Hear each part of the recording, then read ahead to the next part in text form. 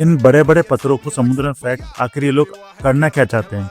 दोस्तों, ये ऐसा मछलियों को शिकार करने के लिए नहीं, उन्हें बचाने के लिए कर रहे हैं क्योंकि ये लोग ग्रीन पीस ऑर्गेनाइजेशन से हैं, जो मरीन लाइफ को प्रोटेक्ट करने का काम करते हैं।